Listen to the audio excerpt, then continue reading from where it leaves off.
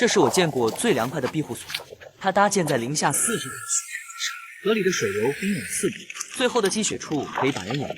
此时，在全国都是40度的高温情况下，看一级解压又寒冷的荒野建造，既解暑又助眠。经过湍急的河流之后，拉克终于来到了森林的中心地带。他第一重要的就是用昨天剩下来的灯油点燃了火堆，被困在随时有可能雪崩的雪山深处。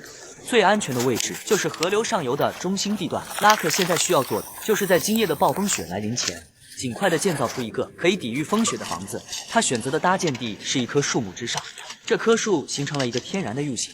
拉克要利用这个特殊的结构，在 U 型树杈的下端再搭建一个支撑点，让整体的庇护所建造在1米左右的空中。他算到了今夜的暴风雪会持续很久，雪的厚度至少会超过1米，而他庇护所目前的高度大概率是不会被雪掩埋。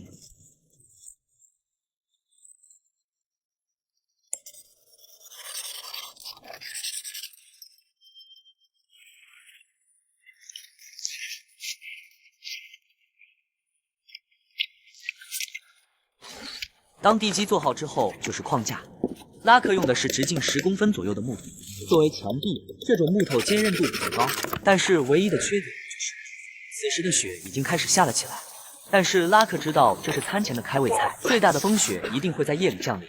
他知道自己的时间不多了，现在需要加快速度了。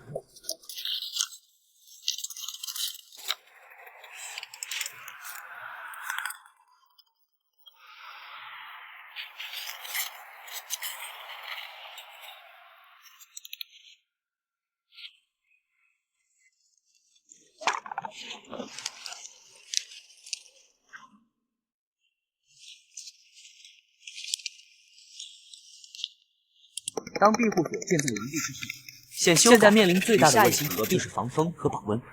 4:3，0:2，苔蘚绝对是3683，苔藓一般都会长在北緯1516，并且它喜欢寒冷或者潮湿的地方。而拉克为了拿到苔藓，差点摔死在这里。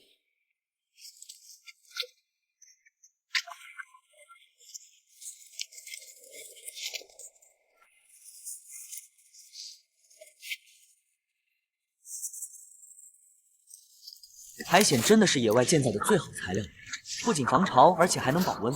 拉克用苔藓填补了所有的缝隙，这样这个庇护所就做到了密不透风。夜幕即将降临，拉克要准备1天1顿的晚餐了。烧了很久的篝火形成了很多的木炭，拉克把一块肉放进了炭上熏制，大概3分钟左右肉就熟了。他把这些带有血丝的牛肉切成一片一片的，然后再切出来一些配菜，就开始享受美味的晚餐了。